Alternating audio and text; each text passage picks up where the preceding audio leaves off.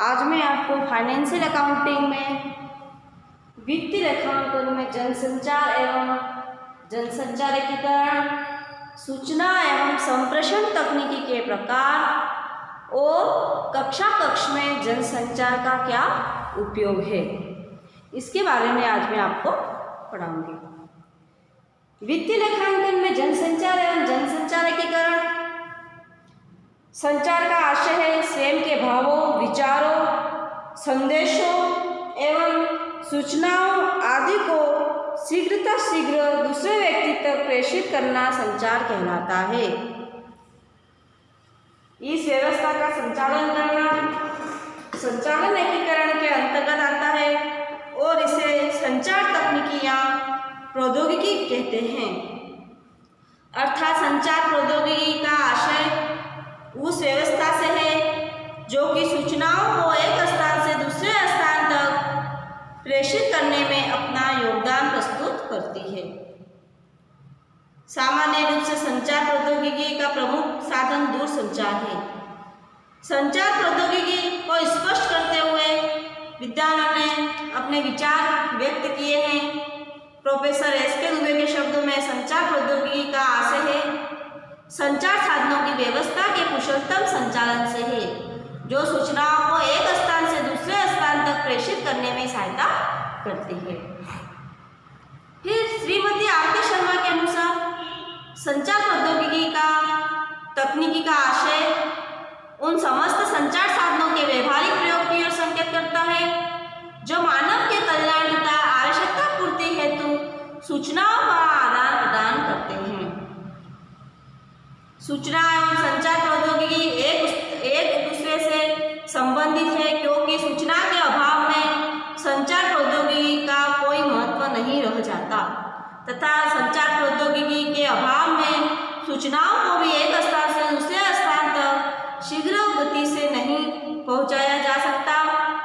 इस प्रकार यह स्पष्ट हो जाता है कि संचार प्रौद्योगिकी या सूचना प्रौद्योगिकी एक दूसरे से घनिष्ठ रूप से संबंधित है।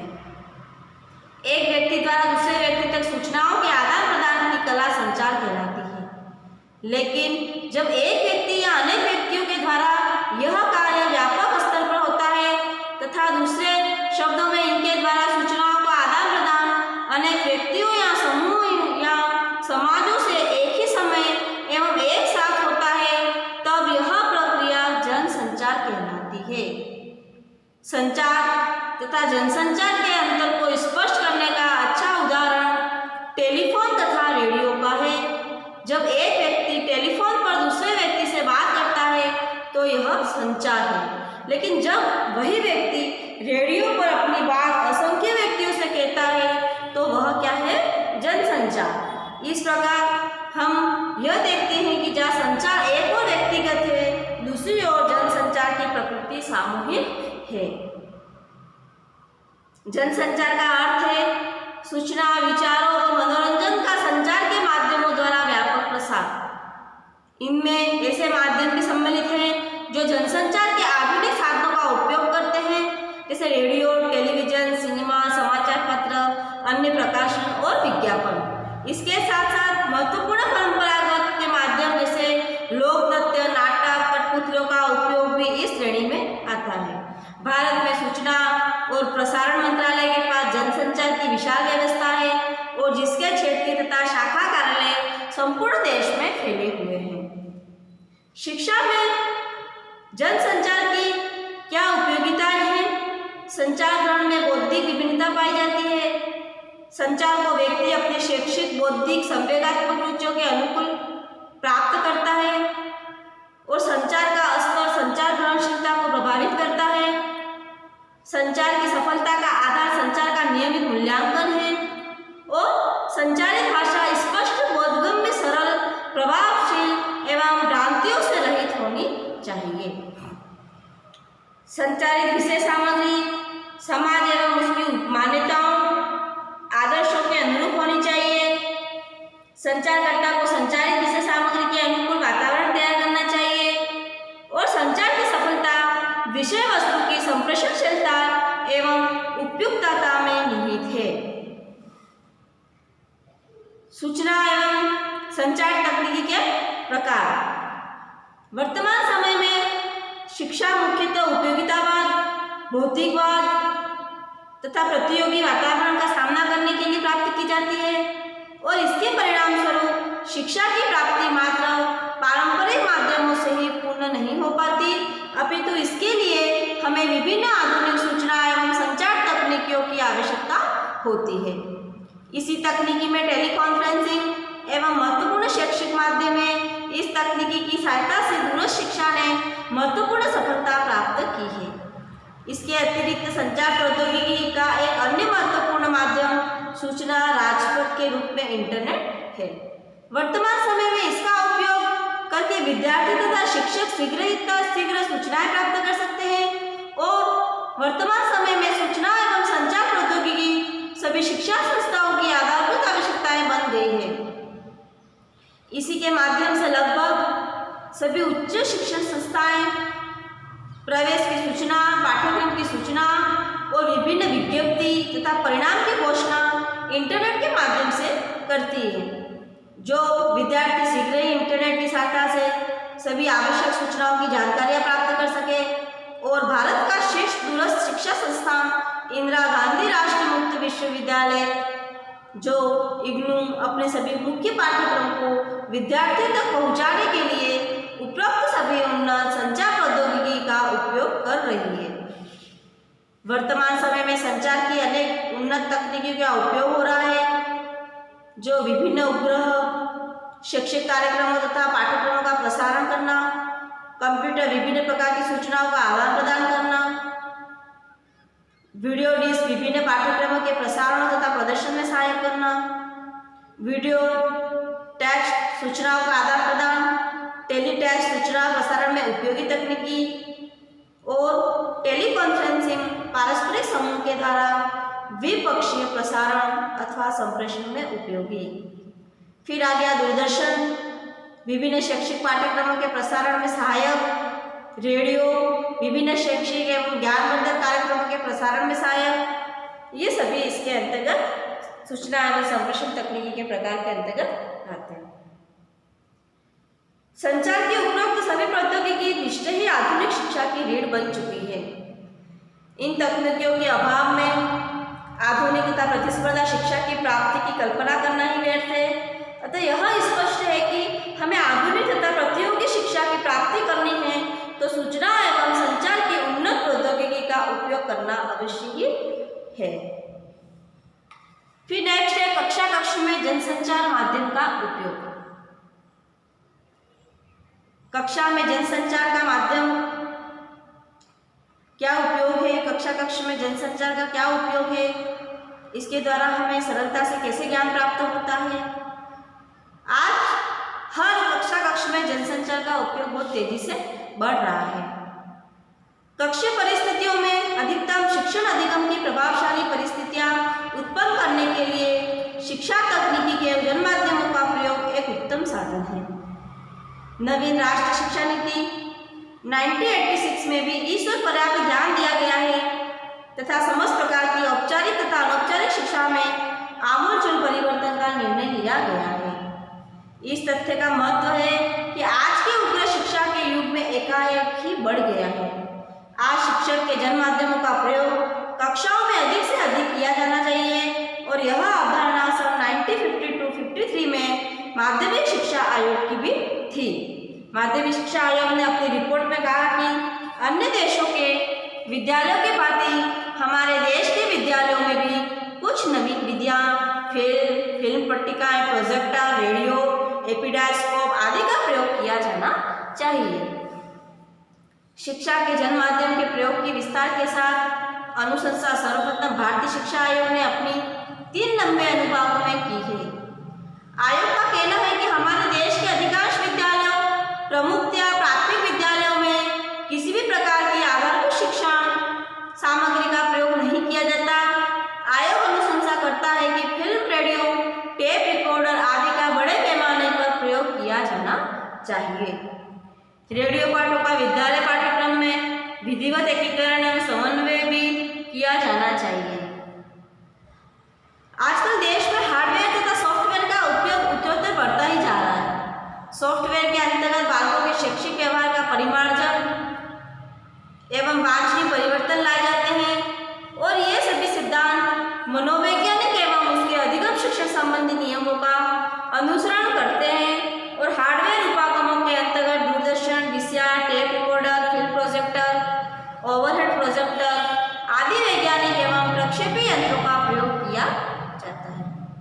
शिक्षण अनुदेशन की इस व्यवस्था को कंप्यूटर के प्रयोगों द्वारा पूर्ण रूप में परिवर्तन कर दिया गया है और कंप्यूटर राज्य स्तर के मॉडल इंस्टीट्यूशन तथा नवोदय विद्यालय पब्लिक विद्यालय की कक्षाओं में छा गए हैं।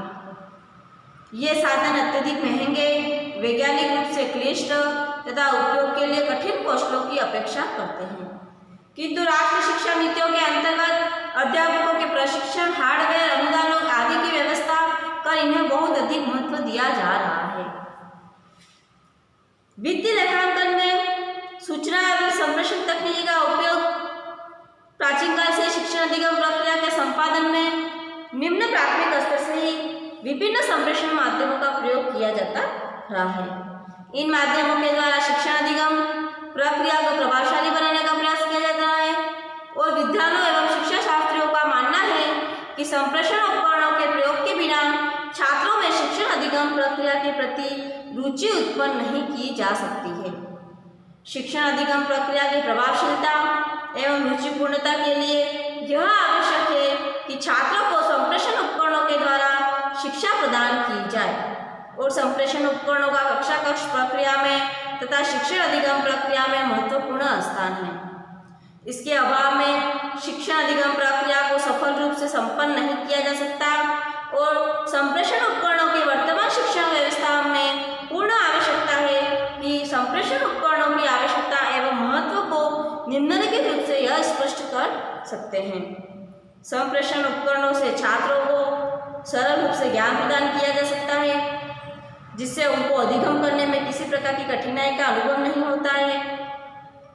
संप्रेषण उपकरण में के द्वारा विकलांग बालकों को भी शिक्षा प्रदान की जा सकती है, क्योंकि वर्तमान अनुसंधानों में इस प्रकार के बालकों के लिए भी सामग्री का निर्माण किया जा चुका है और संप्रेषण उपकरणों से बालकों की शिक्षा अधिगम प्रक्रिया में रुचि बनी रहती है, क्योंकि ये सभी बालकों की रुचि एवं योग्यता के अनुरूप तैयार किए जाते हैं और संप्रेषण उपकरणों का स्वरूप इस प्रकार का होता है कि उसमें बालकों का मनोरंजन भी होता है तथा मनोरंजन के साथ साथ बालक स्वाभाविक रूप से अधिगम करना सीख जाते हैं और संप्रेषण उपकरणों का संबंध बालकों के सामान्य जीवन से होता है। बालक उन माध्यमों के द्वारा प्राप्त शिक्षण को आत्मसात करने में सरलता का अनुभव करते हैं और संप्रेषण उपकरणों के प्रयोग से ही छात्रों को अक्षर ज्ञान, आकृति ज्ञान एवं रंगों का ज्ञान सरलता से कराया जा सकता है। संप्रेषण उपकरणों को अनेक अनुसंधानों द्वारा तथा शिक्षा शास्त्रियों द्वारा तैयार किया जाता है, इसलिए इन संप्रेषण उपकरणों से अप्रत्यक्ष रूप से विद्यालयों के अनुभव एवं विचारों का लाभ छात्रों को प्राप्त होता है। संप्रेषण उपकरणों का प्रमुख उद्देश्य है छात्रों को सरल, सरस, बोधगम्य विधि से अधिगम कराना होता है। इनका प्रयोग छात्रों की योग्यता एवं स्तर को ध्यान में रखा जाता है और संप्रेषण उपकरणों के द्वारा शिक्षण अधिगम प्रक्रिया रुचिपूर्ण वातावरण में संपन्न होती है। कक्षा कक्ष के माध्यम नीरस वातावरण को दूर करते हैं। संप्रेषण उपकरणों का प्रयोग सामान्य, विशिष्ट एवं मंदबुद्धि बालकों के लिए समान रूप से उपयोगी है, क्योंकि यह माध्यम प्रत्येक बालक में जिज्ञासा उत्पन्न करते हैं। शिक्षण अधिगम की प्रक्रिया में प्रमुख रूप से संप्रेषण उपकरणों की भूमिका को अस्वीकार नहीं किया जा सकता। शैक्षिक तकनीकी में प्रयुक्त होने वाले प्रमुख उपकरण एवं संचार साधनों के द्वारा ज्ञान का सर्जन किया जाता है और सामान्य रूप से संप्रेषण उपकरणों में computer, internet, television, CD, video, tape recorder, शिक्षण अधिगम सामग्री को स्थान प्रदान किया जा सकता है। विभिन्न प्रकार की शिक्षण विधियां भी ज्ञान के सृजन में महत्वपूर्ण भूमिका का निर्वहन करती है। कंप्यूटर की भूमिका वर्तमान समय में संप्रेषण उपकरणों में कंप्यूटर की महत्वपूर्ण भूमिका है। कंप्यूटर के द्वारा छात्रों में विभिन्न प्रकार के सॉफ्टवेयर के माध्यम से चित्र निर्माण तथा पेंटिंग आदि की सर्जन योग्यता का विकास होता है। कंप्यूटर पर विभिन्न प्रकार के खेलों के माध्यम से भी छात्रों में तर्क एवं सर्जन शक्ति का विकास होता है और इसी के कारण से छात्रों को प्राथमिक स्तर से ही कंप्यूटर का ज्ञान प्रदान किया जाता है। कंप्यूटर वर्तमान समय में शिक्षण अधिगम प्रक्रिया में महत्वपूर्ण भूमिका का निर्वहन करता है। फिर नेक्स्ट है कंप्यूटर की इंटरनेट की भूमिका।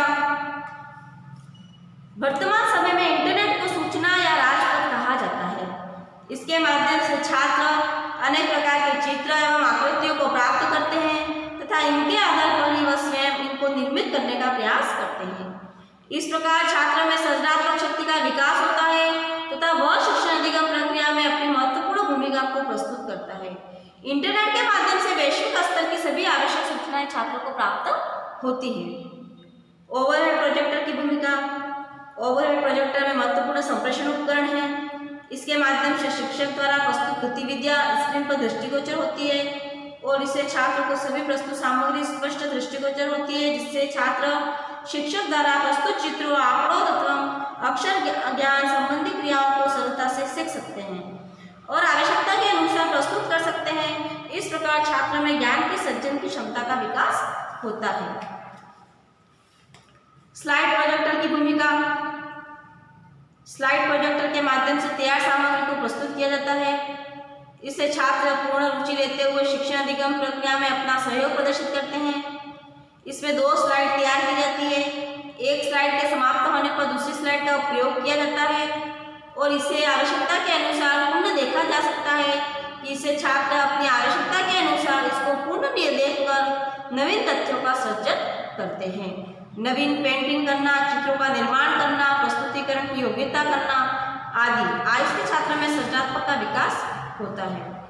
फिल्म स्ट्रिप की भूमिका। इसमें छात्रों को वर्णाक्षर सिखाने से लेकर अन्य प्रायोगिक क्षेत्रों तक की फिल्में उपलब्ध कराना। इनके प्रदर्शन के लिए पर्दे की आवश्यकता होती है। छात्रों को नवीन ज्ञान प्रदान करने में शिक्षकों को सरलता का अनुभव होता है और छात्र इसके द्वारा विभिन्न प्रकार के प्रयोगों एवं तथ्यों को सीखकर अपनी सृजनात्मक शक्ति का विकास करते हैं। टेलीकॉन्फ्रेंसिंग भूमिका। टेलीकॉन्फ्रेंसिंग का स्वरूप दृश्य एवं श्रव्य दोनों ही रूपों में संभव होता है और प्राथमिक स्तर के छात्रों के लिए दृश्य और श्रव्य कॉन्फ्रेंसिंग उपयोगी मानी जाती है। इसके द्वारा छात्रों को आने वाली विषयगत कठिनाइयों को विशेषज्ञों एवं शिक्षकों द्वारा दूर किया जाता है। विशेषज्ञ छात्र द्वारा अनुभव की जाती है कि प्रत्येक कठिनाई को दूर कर सकते हैं और छात्रों को ज्ञान के सृजन में तथा सृजनात्मक के विकास में कोई कठिनाई नहीं होती है। चार्ट एवं मानचित्र की भूमिका। चार्ट एवं मानचित्र शैक्षिक तकनीकी के कठोर कोमल उपागम के अंतर्गत आते हैं।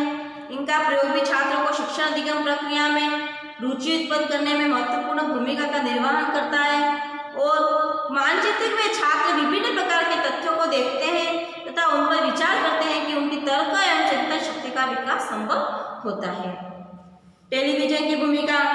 दूरदर्शन की भी शिक्षण अधिगम प्रक्रिया में महत्वपूर्ण भूमिका होती है और दूरदर्शन पर देश के अनेक विद्वानों के विचारों को देखा जा सकता है, सुना जाता है कि विभिन्न प्रकार के प्रयोग प्रदर्शन के माध्यम से भी दूरदर्शन की अहम भूमिका होती है।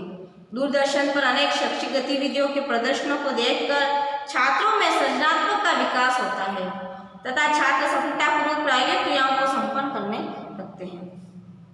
वीडियो यंत्र के माध्यम से सीडी का प्रयोग करके टेलीविजन की स्क्रीन पर सीडी के अंदर समाहित सामग्री का प्रदर्शन किया जाता है और यह एक उपयोगी संप्रेषण उपकरण है जिसके माध्यम से विश्व के किसी भी शिक्षा शास्त्र के विचारों एवं उसकी गतिविधियों को छात्रों के समक्ष प्रस्तुत किया जा सकता है। छात्र स्वयं ज्ञान प्राप्त करते हैं, उस ज्ञान के प्रति चिंतन करते हैं और इनमें तर्क शक्ति का विकास संभव होता है। संप्रेषण उपकरणों के माध्यम से विभिन्न प्रकार की सूचनाओं का एकत्रीकरण करना संभव होता है और इन सूचनाओं के आधार पर ही नवीन संकल्पनाओं का निर्माण होता है और इन नवीन संकल्पनाओं के विकास को ही शिक्षण अधिगम प्रक्रिया का आधार माना जाता है। प्राचीन काल में व्याख्यान विधि को सर्वश्रेष्ठ माना जाता है जिससे शिक्षक का प्रमुख स्थान होता है। वर्तमान समय में बाल केंद्रित विधियों को प्रमुख स्थान दिया जाता है। विभिन्न प्रकार के संप्रेषण उपकरणों का शिक्षण अधिगम प्रक्रिया में प्रयोग का प्रमुख उद्देश्य बालकों में शिक्षण अधिगम प्रक्रिया के प्रति रुचि उत्पन्न करना है। बालकों का अधिगम स्तर उच्च होता है, इससे उनमें सृजनात्मक का विकास होता है और बाल केंद्रित शिक्षण विधियों के सर्जन में संप्रेषण उपकरणों की महत्वपूर्ण भूमिका होती है। फिर है विभिन्न संप्रेषण उपकरणों का शिक्षा में उसका क्या महत्व है। फर्स्ट है विषय वस्तु की स्पष्टता होती है। संप्रेषण उपकरणों की सहायता से विभिन्न प्रकार की प्राकृतिक एवं मानवीय क्रियाओं, प्राकृतिक स्थलाकृतियों एवं महत्वपूर्ण सिद्धांतों आदि से संबंधित विषय सामग्री को आसानी से इस प्रकार स्पष्ट किया जा सकता है कि विद्यार्थी इसे हृदयंगम कर सके। विषय सामग्री में रोचकता। संप्रेषण उपकरणों के द्वारा अध्ययन अध्यापन प्रक्रिया में रोचकता उत्पन्न की जा सकती है। उदाहरण के लिए बांधों की जानकारी प्रोजेक्टर रेडियो के माध्यम से देने से विद्यार्थी में रुचि का विकास होता है और वह बांधों के ज्ञान को अपेक्षाकृत अच्छी प्रकार से आत्मसात करते हैं। विभिन्न ज्ञानेंद्रियों की सक्रियता होती है। विविध प्रकार की संप्रेषण सामग्री का प्रयोग करने से विभिन्न प्रकार की ज्ञानेंद्रियां ज्ञान प्राप्त करने की और आकर्षित होती है और इसके परिणाम स्वरूप विविध प्रकार का ज्ञान आसानी से किया जा सकता है।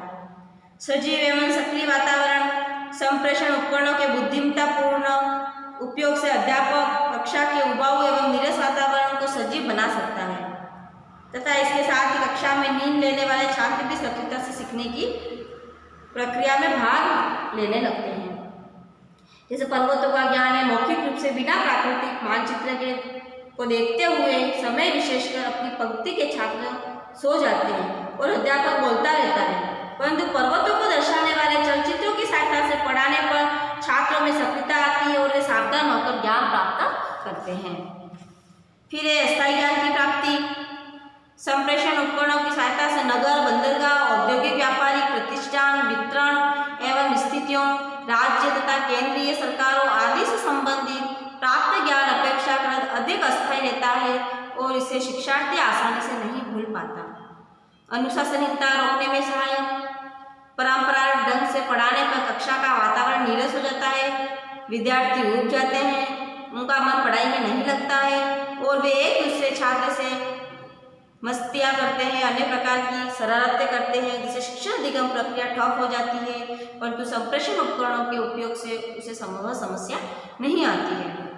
फिर ये प्रत्यक्ष अनुभव का अच्छा विकल्प। प्रत्येक वस्तु को उसके पास जाकर दिखाना संभव नहीं होता है, परंतु संप्रेषण सामग्री द्वारा कक्षा में उसी प्रकार का वातावरण बनाकर शिक्षण कार्य को नीरस होने से बचाया जाता है। शिक्षक द्वारा धाराओं की उत्पत्तियां, ज्वारभाटा आदि का ज्ञान चलचित्र, प्रोजेक्टर आदि के माध्यम से प्रदान किया जा सकता है। शिक्षण प्रक्रिया का विकास संप्रेषण उपकरणों की सहायता से नीरस विषय सामग्री को भी शिक्षक द्वारा आसानी से क्रमबद्ध रूप से पढ़ाया जा सकता है। अध्यापक पाठ का विकास आसानी से करने में समर्थ होता है। मनोवैज्ञानिक आवश्यकताओं की पूर्ति। कक्षा में सभी विद्यार्थी एक समान नहीं होते हैं। उदाहरण के लिए कोई विद्यार्थी देखकर सुनकर जान लेता है तो कोई देखकर ही उसका सभी प्रकार से सीखता है और जिसकी पूर्ति संप्रेषण उपकरणों के उपयोग से ही संभव है। मानसिक शक्तियों का विकास। संप्रेषण उपकरणों का प्रयोग भी शिक्षार्थी किसी वस्तु, स्थान या आंकड़े का निरीक्षण, तुलना या विश्लेषण करना सीख जाता है तथा साथ ही उस तथ्यों के आधार पर उसे निष्कर्ष तक पहुँचने की क्षमता में उनमें आ जाती है। फिर है संप्रेषण उपकरणों के उपयोग हेतु आवश्यक शर्तें। संप्रेषण उपकरण या शिक्षण सहायक सामग्री यद्यपि शिक्षण प्रक्रिया को आसान एवं प्रभावशाली बनाते हैं।